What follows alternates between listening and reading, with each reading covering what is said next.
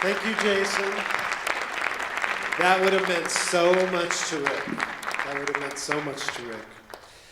I'm very thrilled to bring up to the stage this next couple, very close friends of Rick. In fact, when I first became aware, when I first got the call that Rick was having what was to be sort of the beginning of the prolonged illness, it was these folks that first went to the hospital with me. So please welcome Brad Ellis and Eydie Alyson. Thank you, Clifford. And thank you, Jason.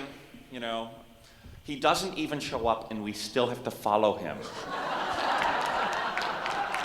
Tell me about it, Brad. Damn him.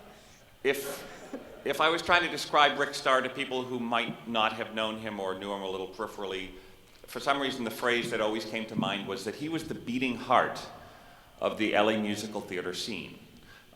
He gave it humanity, he gave it life. LA is not like New York. It's not all concentrated in one place. There's all these different pockets of musical theater and cabaret, like a lot of islands, like Micronesia, which is a... See, I told you people would know Micronesia. It's like Thousand Island dressing, right? You said archipelagical. Oh, right, I said archipelago. Now I can't say it. Archipelago, yes. Thank you. Right, and I didn't know what that meant. Yeah, and do you know what it means? the bridge between all these individual islands was Rick Starr. I was going to tell this little story, but it seems so silly because I'm telling the same story that you've heard. Oh, I can't stop. The same story that you've heard all evening. You know.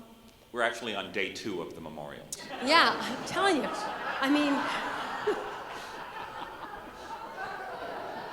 Just talk about the first time you met Rick. Just tell us.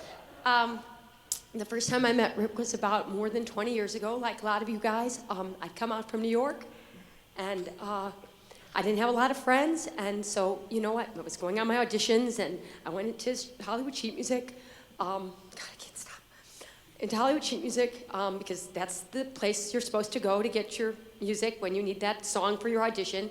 And I'd gone in, you know, in my little world, in my little Eydie land, you know, trying to find my music, and this little impish, happy guy comes up to me and he says, you know, can I help you? And I'm like, oh, I don't know. You know, I came in from New York. Oh, you're from New York. And he started to talk to me about, you know, who was I and where did I come from and what was I auditioning for and what had I been in and, you know, what did I like to sing and, oh, I should sing this and, you know, just on and on and on and on. And as I was telling Brad, you know, the thing was, I left with a great piece of sheet music for my audition, but I also left with a friend. Making a friend, and I used to go in there from time to time when I was lonely. I would go in there just to talk to him. You have to sing in a minute, Eydie. I know. But let's see hands. How many people have some variation of that story as to how they met Rick? Right? You put your hand up. You no. Yes. Yeah. So this is one of those songs that you can only find from a guy like Rick. Quiz at the end if you know what it's from. Oh, no, I can't sing now. Yeah, you okay, baby? Well, it's fine. All right. Everyone lives on his own little island, keeps to his island, oceans away. Everyone clings to his safe little center. Let no one enter, we seem to say. People need people to make tomorrow warm with pleasure, soft in sorrow. Wish someone special would come to my island, comfort and warm me, sweeten my day. But there on their island, oceans away.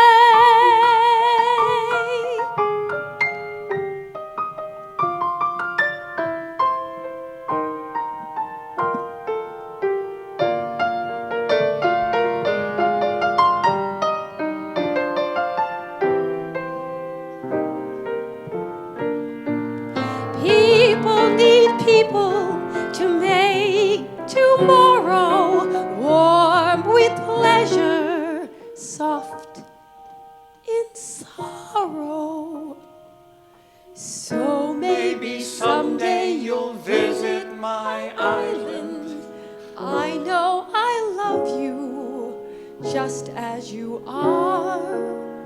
So come to my island. Come to my island. Just follow that star.